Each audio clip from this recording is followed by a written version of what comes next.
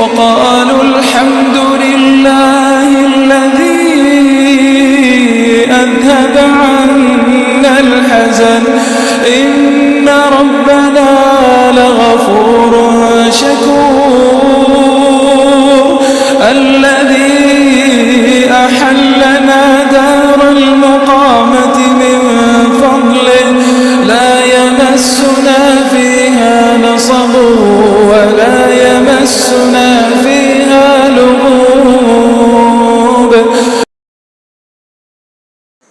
السلام عليكم ورحمة الله وبركاته حبيباتي ومحباتي من قناة عيشي حياتك مع أم علياء. معادنا مع التنظيف الموسمي وتنظيفات قبل الدراسة. طبعا كلنا قبل الدراسة بنكون داخلين بقى على مذاكرة وصحيان بدري وحاجات كتيرة، بنحتاج ان المطبخ بالدواخل بالشقة كلها تبقى تنظيف عميق، وهو ده معادنا النهاردة ان شاء الله بإذن الله. الفيديو يعجبك ويحفزك ويحمسك، وكمان لو محتاسة ازاي تبدأي التنظيفات مع التنظيفات العميقة كمان هسميها تنظيفات دقيقة جدا. ما تنسيش تعملي لايك للفيديو ده، ارفعيه جزاكم الله خيرا باللايكات، واشتركي في القناة علشان لسه في تنظيفات جاية وترتيبات اكتر واكتر. عايزه اقول لكم النهارده قبل كده ما نبدا وقبل ما تتصدموا معايا، في صدمه في الفيديو ده انا اتصدمتها حرفيا، مع انكم نصحتوني وقلتولي، بس للاسف الفاس وقعت في الراس زي ما بيقولوا. ومن الامانه زي ما حصل التجديد ده معاكم وعملت التجديد ده وقلت لكم حلو، لما وجدت او لما لقيت ان هو غير صالح كان لازم اوريكم المأساة اللي انا شفتها. دلوقتي هنبدا اول حاجه بالتنظيفات، ولغايه دلوقتي ما كانش لسه حاجه حصل اي حاجه في المطبخ. بنضف عادي، بوزع بنزل كل الحاجات اللي في الظرف علشان ابدا اعيد ترتيبها، وكل تنظيفه عميقه بقعد انقل الظرف مكان الظرف واغير النظام ده. يا بنات بحب ان انا لما يوم ما اعمل تنظيف عميق امسك الحلل الجرانيت والحلل الاستانلس المعها كلها والاجهزه. طيب عملتهم ازاي؟ عملتهم بطريقه سهله هوريها لكم واوريكم النتيجه دلوقتي اول حاجه بعد ما بعزل كل المطبخ من الداخل بجيب خلطه كده عباره عن خل على ميه على شويه صابون موعين او اي منظف معطر حلو، او ممكن كلوركس الوان يا بنات. يعني ممكن بدل الخلطه دي تحطي غطا كلوركس الوان على البخاخه، وفوطه كده حلوه تبقى مايكرو فايبر تقدري تشفطي بيها كويس، او الفوط بتاعت جرين واي بتكون برضو حلوه في التنظيف. ببدأ كده بعد لما ادعك الظرف حلو قوي من جوه، لازم اسيبها تتشرب. طبعا الخياري اللي باين على ظهر الظرف ده بتاع الورق الفويل، فتحس انها رصاصي شويه. كل الظرف عملتها من جوه بعد ما نضفتها الاول لو في فتافيت وقع فيها في اي حاجه، وبروح معقماها بالطريقه دي. وهو دي حبيبتي حبيبه قلبي اللي بتتابع اللي عايزه فعلا تبدا تنظيفات عميقه. اول حاجه بتعمليها بتعزلي الظرف وتبداي تعقميها بالطريقه اللي بقولها لك دي. زي ما قلت لك خلطتين، يا اما خل على ميه يا اما كلوركس الوان. ممكن تحطي برضو، انا جربت قبل كده بس يعني عارفين ربع او اقل من ربع غطا كلور على بخاخه صغيره اللي انتوا شايفينها دي، بتعقم الظرف من جوه وبتخليها ريحتها فعلا نظافه برضو. وما تخافوش يا بنات، انت كده كده الخشب حتى لو الوميتال او خشب انت ما بتحطيش الميه وتسيبيها فيه، ده انت يا دوب بترشي وتمسحي على طول. وهنا بقى بعد لما خلصت كل الجرانيت دعكته وخلصت هو والاستانلس، هنا بقى الضرفه دي كانت نظيفه بس عزلتها علشان ايه اعملها. وعايزه يا بنات انصحكم لو بتفصلي مطبخ جديد اوعي من الركنه اللي بتكون في الركنه دي ما بتعرفيش تستخدميها كويس. الظرف اللي في الركن دي لازم تعملي جواها منظمات اللي بتطلع تشدها لبره عشان تعرفي تستخدميها، بصراحه بتطلع العين. بصوا يا بنات، انا الاستانلس ده والله العظيم كان محروق من جوه، كان في حروق كده في الجوانب وكان اسود. انا جربت حاجه بس ما صورتهاش، قلت اما اجرب. جبت الصنفره اللي بعمل بيها عيون البوتاجاز حته نظيفه كده، ورحت عامله الاستانلس من جوه بالصنفره، رجع لي جديد زي كده بالطريقه دي. وقلت لو طلع مثلا فرافيت منه فرضنا كده الاستانلس خاف باظ، لقيت ما فيش اي حاجه حصلت غير ان هو شال الطبقه السوداء ورجع لي الاستانلس جديد.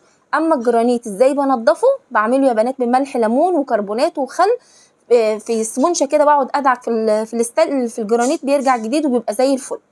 بالنسبه للاجهزه عملتها ازاي؟ عملتها بفوطه جرين واي اللي هي بتاعه الدهون، وممكن تعملي لو ما عندكيش الفوطه دي برضو شويه خل على شويه منظف مواعين، وتمسكي الاسبونشه الخشنه ويا دوب تاخدي الرغوه بس وتمسحي الاجهزه من بره بالاسبونشه الخشنه، وتجيبي فوطه وتنشفي بتخلي لك الاجهزه جديده. وهو ده يا بنات التنظيف بتاعي. بصراحه انا ما بحسش ان انا نظفت تنظيف عميق غير لما بمسك كل اجزاء المطبخ من جوه وانضفها، احس ده فعلا تنظيف موسمي. بحيث بعد كده لو عندي تنظيف اسبوعي اللي بتتابعوه معايا بيبقى برضو ليه طريقه، بس بتبقى الدواخل والاساسيات بتاعه المطبخ نظيفه. بدات كده علياء تاخد مني وترص بقى الظرف على نظافه. هعمل تغيير بسيط قوي في المطبخ النهارده، والفيديو الجاي فيه تجديد او اعاده تدوير في المطبخ برده، هتبقى حلوه قوي وهتشيل معايا خزين. نيجي بقى لشكل المطبخ الخارجي اللي هو الخشب، سواء خشب او الوميتال، ازاي تزيلي الدهون منه. وسيراميك المطبخ بالخلطه دي شويه ميه، حطيت عليهم شويه منظف مواعين، وحوالي معلقه من الكربونات او البيكنج صودا، ومعلقه من ملح الليمون، وكمان هحط عليهم شويه من الخل. الخلطه دي فعاله جدا، بتزلك اي دهون سواء في البوتاجاز، سواء كان في السيراميك، سواء كان في المطبخ من بره، الخشب كمان يا بنات والالموتال. ولكن في الخشب بعمله بالطريقه دي، باخد الرغوه وبعدين بنضف بقى بالرغوه نفسها، يعني ما باخدش ميه كتير، بقعد بس ارغي كده وبعدين اخد الرغوه وبعد كده انشف مباشره زي ما انت شفتي. دلوقتي علياء بقى طبعا هي اكبر مني، فوقف اكبر يعني من القوه يعني شويه، وقفت على الكرسي كده، وبعدين خدت لي بقى المطبخ من فوق كله بالكامل، ونشفنا بقى بالفوطه. وعارفين من جمال المطبخ ولمعته، في ناس كتير بيسالوني هو نوع المطبخ ده اكليريك، هو نوعه كلادينج، هو نوعه مش عارفه ايه، هو نوعه خشب، بس الدهان بتاعه كويس، واخد طبقتين لاكيه فمديه الشكل ده. طبعا المطبخ كده من فوق كمان خدناه تنظيفه من فوق خالص، اللي هو السطح بتاعه من فوق، ورصينا الحاجات اللي عليه زي ما هي. عايزه اقول لكم يا بنات، في حاجات في المطبخ ملهاش لازمه، زي الركنه اللي قلتلك عليها وزي الارفف التلاته دول، بتلم دهون على الفاضي، ولا هي ديكور ولا حاجه.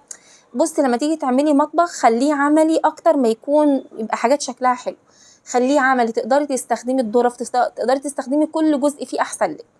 بصي ده كان متعلق على البوتاجاز، جنب البوتاجاز على طول، وبعدين كان بيلم دهون، والسبب اللي انا كنت حطاه هناك كنت مضطره، لما كان في هنا رف الالوميتال اللي كنت عاملاه علشان اعمله للخزين او للمشروبات في المكان ده كله بالطول، اللي حصل ان انا اضطريت ان انا اجيب العجان الناحيه دي، عشان كان المساحه بين الرف ده كانت كسره، مش عارفه احط الارتفاع بتاعه، مش عارفه احط العجان في الحته دي.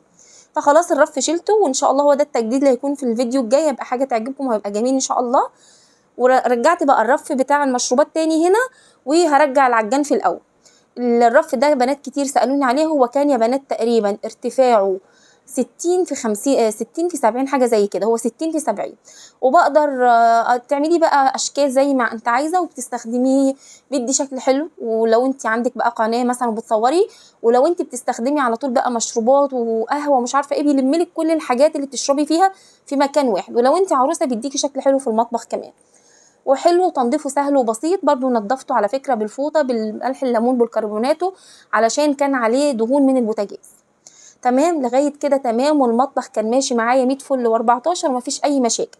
دلوقتي بقى عايزاكم بقى تشوفوا الصدمة اللي انا شفتها، وهمهد لكم الموضوع عشان ما تتصدموش. وممكن يكون في ناس قدمت الفيديو وشافت المأساة، ولكن خلينا كده سنة سنة في المطبخ. بصي يا بنات، برضو هنا نضفت الفرن من جوه عادي، ده ما عملتوش باي حاجه خالص، لانه هو كان ايديا فيه على طول، فيدوب بس الخلطه اللي انا عاملاها معاكم دي بالسبونشه، وبقت الدنيا دي زي الفل. ولكن بقى اللي عملته بالسترس هوريكم دلوقتي. من تحت اللي هو المنطقه اللي تحت اللي هي بين البوتاجاز والقطعه العلويه كانت مليانه دهون طبعا، فده بالسترس، وفي لحظه كان هالي الكل ونازل، يعني نضيف بسرعه، ولكن عملته بالسترس، ما يروحش بالخلطه يعني اللي هي بتاعه ملح الليمون والكربونات، يروح بس بصعوبه، اخد مجهود فيها. ولكن السترس بينزل على طول، او اي مذيب دهون.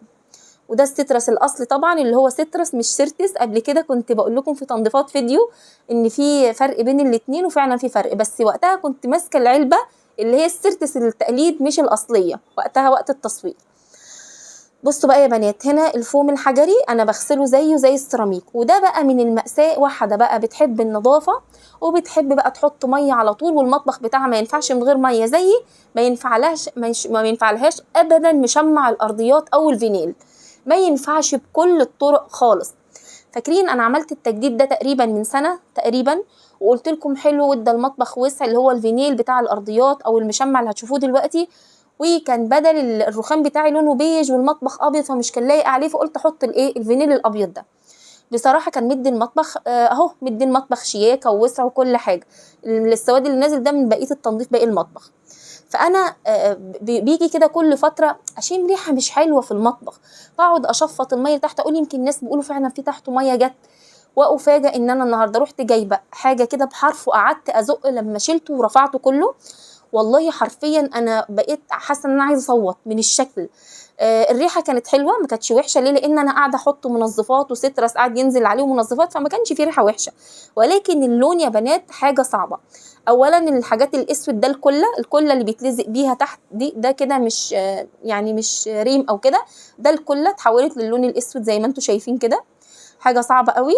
المهم شلته بكل سهوله، ورحت جايبه بقى ايه على الارض، شويه كلور خام مش كلور عادي، وجبت منظف مواعين عادي ومنظف ارضيات معطر، ورحت نازله عليه بقى بالمقشه. بصراحه لا انا كنتش متخيله ان الارض ممكن تنضف، الحمد لله نطفت. ولكن انا بنصحك لو هتحط الفينيل او مشمع الارضيات حطيه في مكان جاف، ممكن في اوضه مثلا عندك فيها بلاط ما فيهاش سيراميك وعايزاه يبقى شكلها حلو، ممكن في البلكونات، في مكان ما بتستخدميش فيه ميه.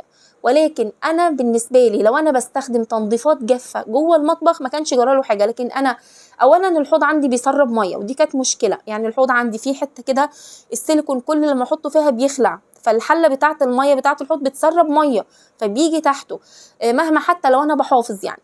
المهم في الاخر الارض كل اللي هي محتاجاه تسقيه، اللي هو فواصل السيراميك عايزه تتسقى باللون اللي هو الاسمنت الابيض، هعمله تسقيه معاكم ان شاء الله في الفيديو الجاي. والارض رجعت نظيفه وحاسه المطبخ بيتنفس بصراحه.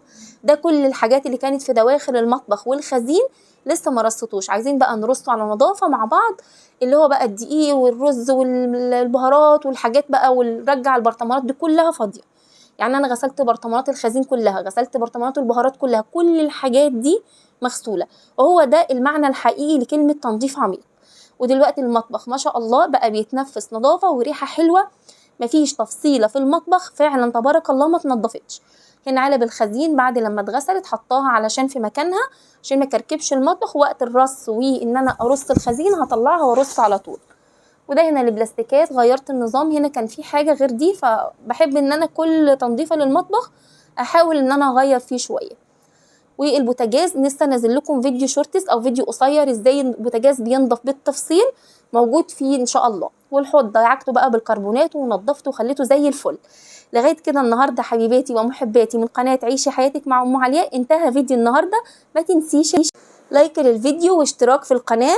وبحذرك والله انا من الامانه ان انا عرضت الشكل ده ولو كان مؤذي لنظركم اللي هو منظر الميه تحت الفينيل، ولكن دي نصيحه ليكم عشان ما تكرروش التجربه دي. انتظروني بقى الفيديو الجاي حبيباتي، واشتركي في القناة علشان نشوف الجديد وبعد الترتيب النهائي. والسلام عليكم ورحمة الله.